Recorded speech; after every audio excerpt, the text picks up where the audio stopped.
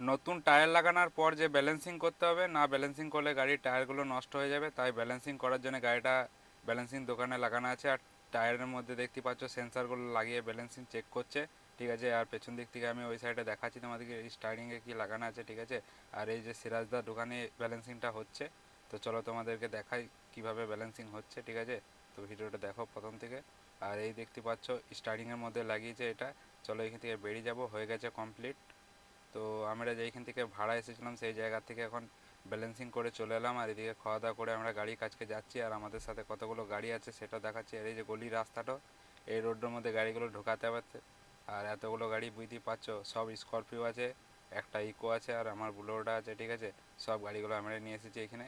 আর কোন জায়গায় আছি তোমাদেরকে পরবর্তী ভিডিওতে বলে দেবো যে কোথায় আছি, লং ভিডিও আসবে। আর এই ভিডিওর মধ্যে দেখতে পাচ্ছ এতগুলো গাড়ি ফাঁকা মাঠের মধ্যে রেখেছি। আর যে গলির রোডটা দেখালাম, ওই রোডেও গাড়িগুলো ঢোকাতে হবে একটা একটা করে, তো সেটাও দেখাবো যে কীভাবে একটা একটা করে গাড়ি ঢুকাচ্ছি গলির মধ্যে, ঠিক আছে।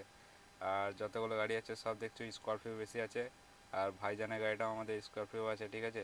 তো স্করপিও এগুলো সব নিউ মডেলের গাড়ি, 21-এর মডেলে। আর এই যে লেন্সটা দেখতে পাচ্ছ, এই ফগ লাইটটা হেভি পাওয়ার, রাস্তাতে খুবই উজ্জ্বল করে দেয়, ঠিক আছে। আর এইগুলো না থাকলে রাত্রে গাড়ি চালানো খুব মুশকিল হয়, ঠিক আছে। এইগুলো লাগিয়েছে তার জন্যে ভাইজানরা।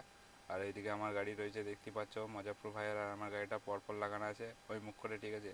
আমরা দুটো গাড়ি এক ওই মুখ করে লাগিয়েছি, আর বাকি সব গাড়িগুলো এইদিকে লাগিয়েছে, সুবিধা হবে বেরোতে। তো চলো এখান থেকে বেরোচ্ছি। আর দেখতে পাচ্ছ গাড়ি লাগিয়ে দিয়েছি গলির মধ্যে, ঠিক আছে। আর স্করপিওটা এই দেখতে পাচ্ছ ডান দিক বাঁ দিক রাস্তা